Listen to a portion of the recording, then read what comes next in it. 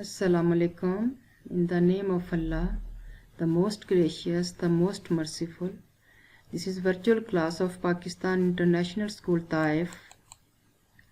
I am Miss Bushra Tanveer. This is social studies class for grade 7. This is our 17th video of this social studies class. In this video we shall study chapter number 17. Dear students, after today's lesson you will be able to understand the text given in chapter 17. You will also be able to do the question answer from the exercise. Dear students, now we shall start chapter number 17. The title of the chapter, Leading the Freedom Movement. Quaid-e-Azam Muhammad Ali Jinnah, lifespan 1876 to 1948. It is sometimes said that M.A. Jinnah created Pakistan single-handedly. That of course is not true. You have seen in the earlier chapter some of the major figures who contributed to the foundation of the new state. But there is no doubt, without the single-mindedness, the dedication, the energy and the drive together with the brilliance of the mind of Muhammad Ali Jinnah, Pakistan might not have been set up, at least in its present form. Dear students, now the explanation of these lines. Quaid-e-Azam Muhammad Ali Jinnah was the great leader of Pakistan, and it is sometimes said that only with the single-handed of Quaid-e-Azam, Pakistan created or came into existence. But it's not true. You have seen or you have studied in your previous chapters that there were also other personality or the great leader who contributed or participated in the freedom movement. But we can say that the contribution or the participation of Quaid-e-Azam to the foundation of new state was more than other leaders, and it is only, we can say, due to the single-mindedness, the dedication, the energy and the struggle of Quaid-e-Azam that we got Pakistan, because without all these efforts we can't be free from the Hindus. It is only the struggle of Quaid-e-Azam that we are living in free state in the subcontinent, and also due to the effort or sincerity or the devotion of Quaid-e-Azam, the Muslim of the subcontinent awarded Quaid-e-Azam Muhammad Ali Jinnah, the Quaid-e-Azam, the great leader. Dear students, now the next lines from we shall continue. Next lines are, Quaid-e-Azam was born into a prosperous merchant family in Karachi. He went to school in Karachi, and when he was 16, an English friend of family advised that he be sent to London to learn more about family business. But the young Jinnah was determined to be a lawyer, and in 1892 he started to study in London. He became a barrister in 1895. Dear students, now in this paragraph I shall explain you the early life of the Holy Prophet. As you know that Quaid-e-Azam Muhammad Ali Jinnah was born in Karachi in a very rich family. His father was a businessman, and he studied early education in Karachi, and later on for the higher studies he went to England or London, where he studied law, and he became a barrister in 1895, and later on he returned to India and he began a practice in Bombay. And by 1906, Quaid-e-Azam Muhammad Ali Jinnah joined the Indian National Congress, and in 1910 he was elected the Indian Legislative Council, but later on he realized that Indian National Congress is only in the favor of Hindus, so he joined the Muslim League in 1913.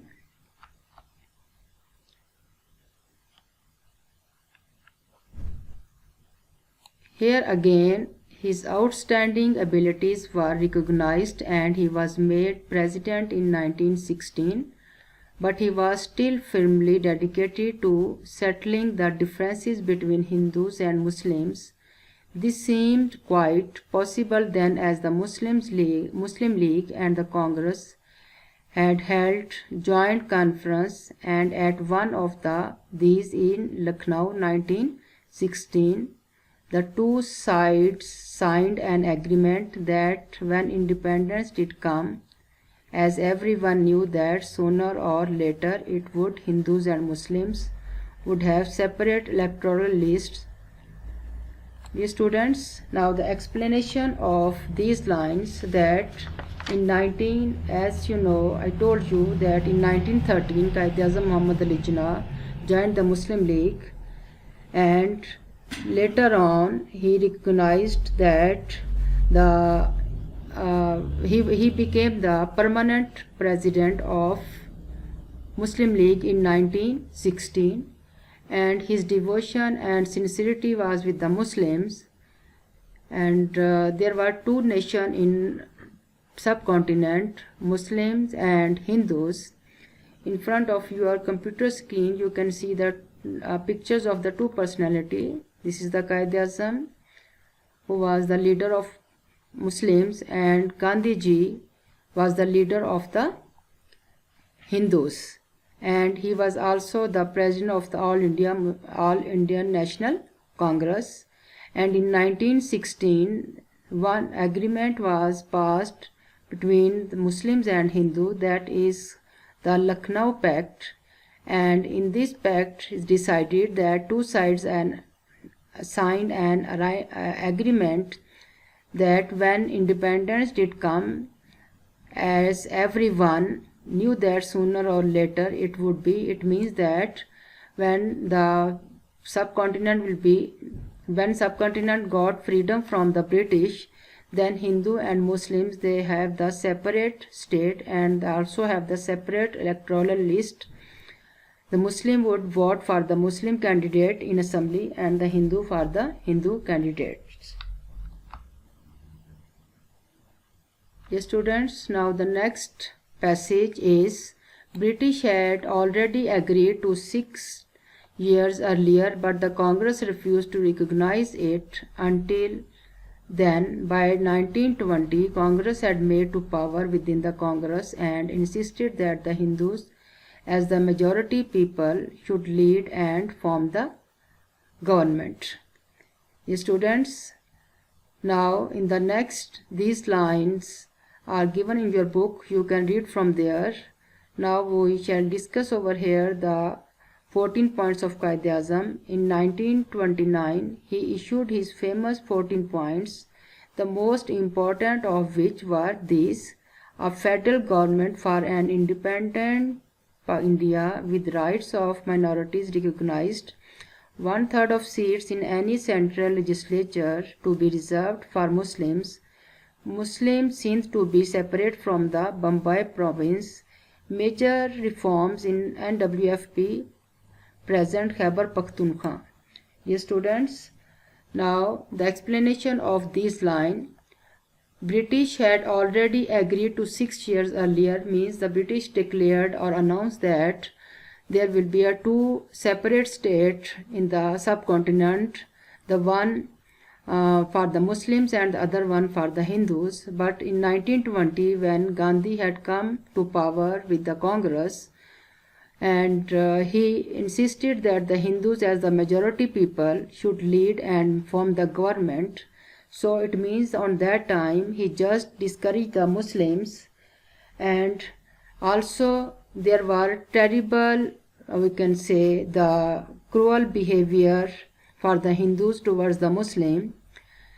And also the Gandhi ji, also the Muslims, the Hindus' behavior with Muslims was very cruel, and the disappointment at the way the politics were going. So the Quaid-e-Azam Muhammad Ali Jinnah was very disappointed, and he resigned from the Congress and also the Muslim League. And later on he struggled for the unite the two sides. In 1929 Quaid-e-Azam issued his famous 14 points.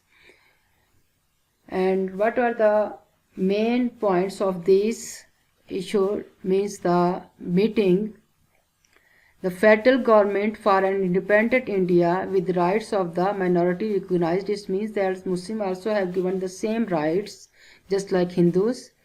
And the second point, that 1/3 seats in any central legislature to be reserved for Muslims. It means that in the central legislature means that it was lower house of legislature of British India, just like now in our country Pakistan, in the parliament, the upper house and the lower house.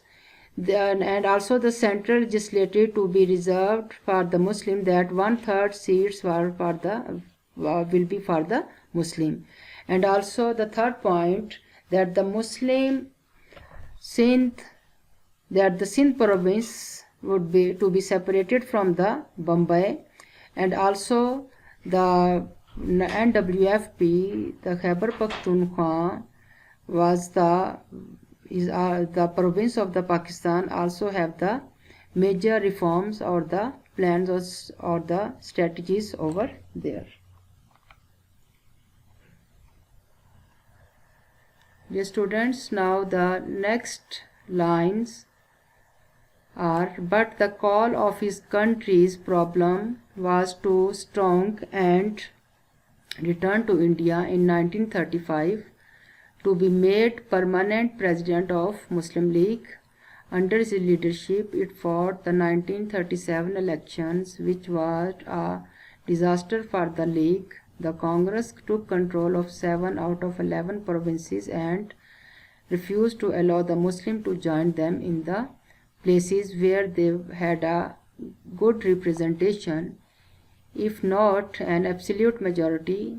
This was the last straw for Quaid-e-Azam. In the Lahore Resolution 1940, he stated clearly for the first time that the answer must be for two separate states, a Muslim and a Hindu states. Yes, students, after that Quaid-e-Azam come back or returned to India in 1935, and he made the permanent president of the Muslim League.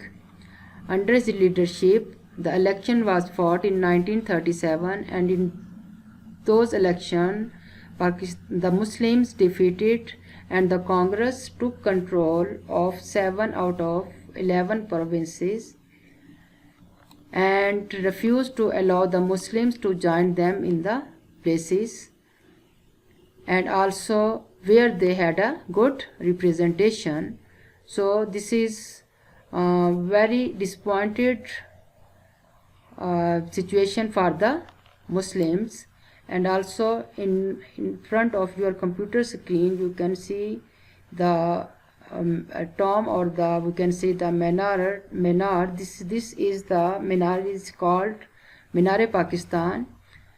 In 1940, the Pakistan resolution was passed in this place, and this is situated in Lahore. Minar-e-Pakistan, a commemorative tower to mark the site where the Lahore resolution was passed, and in that resolution also the Quaid-e-Azam Muhammad Ali Jinnah demanded for the separate state for the Muslims.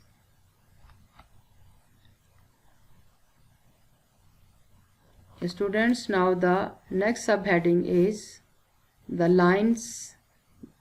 The Second World War came to an end in 1945 when Britain and her allies defeated their enemies, The British government now concentrate on its own problems. The British role in India and the transfer of power were important issues.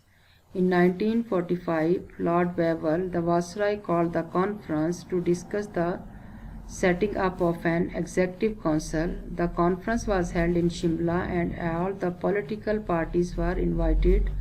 Lord Wavell met Mr. Gandhi, Maulana Azad, Mr. Jinnah separately, but there was disagreement on the representation of Hindus and Muslims. Mr. Jinnah rejected the proposal and the conference ended without success. Dear students, now the explanation of these lines, that this conference proposed that after the Second World War in 1945, the British government decided to separate these two states, that the Muslims and the Hindu state, and he wanted to divide the subcontinent into two states. So this conference proposed that all of the executive council should be Indian, with equal number of Muslims and Hindus, with balanced proportion of other minorities. However, the Viceroy and the Commander-in-Chief were to be British.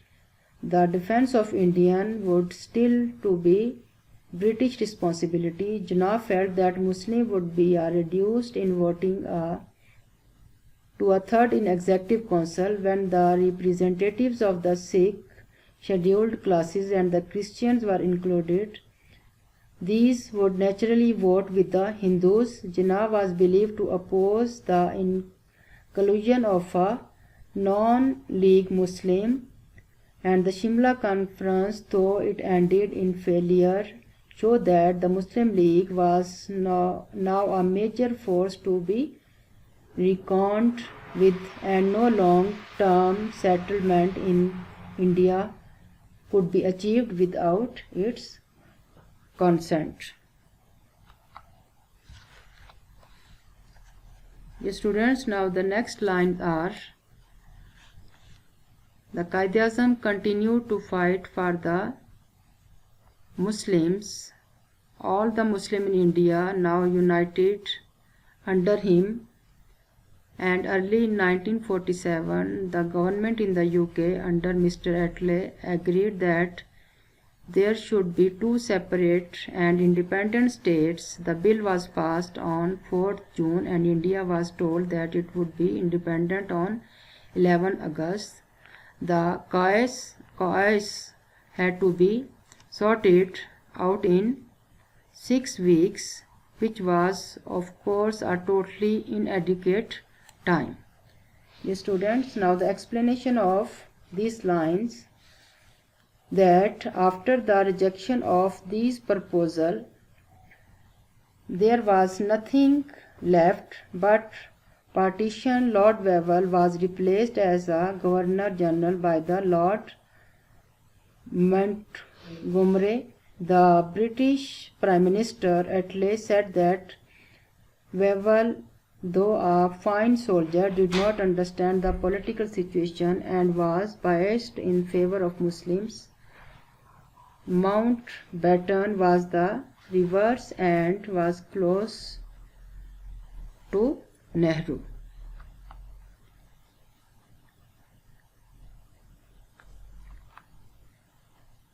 And the bill was passed in 1947, and instead of having a year to sort things out, the two states were to be independent on August 14, 1997.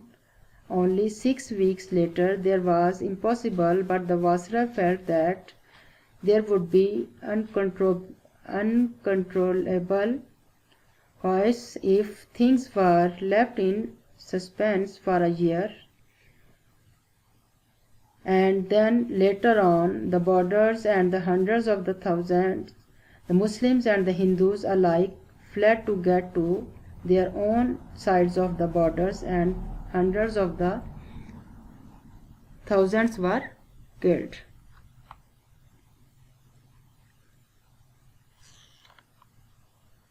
A new country, Pakistan, merged on the map of the world on 14 August 1947. The two wings, West and East Pakistan, were united by a single government. Quaid-e-Azam was sworn in as the Governor General of Pakistan and also President, but alas, he was in the last stages of serious illness brought out by total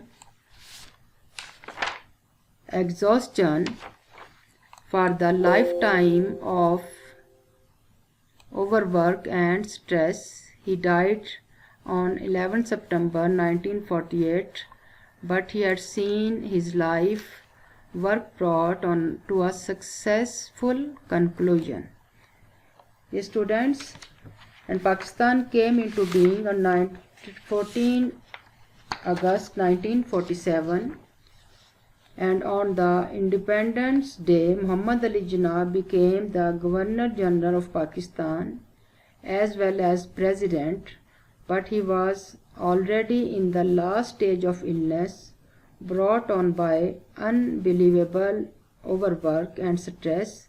His goal had been achieved, but he had little time to enjoy the fruit of the most of his life's work.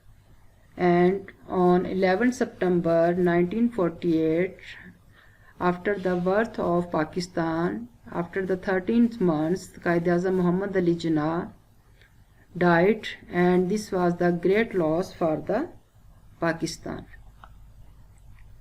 Dear students, in front of your computer screen, you can see the picture. This is the mausoleum of Quaid-e-Azam Muhammad Ali Jinnah, and it is situated in Karachi. Dear students, now we shall see the exercise question answer from book, page 85. Mr. Jinnah was for a considerable period in favor of a united independent India. What were the factors that changed his mind in favor of a separate state for the Muslims?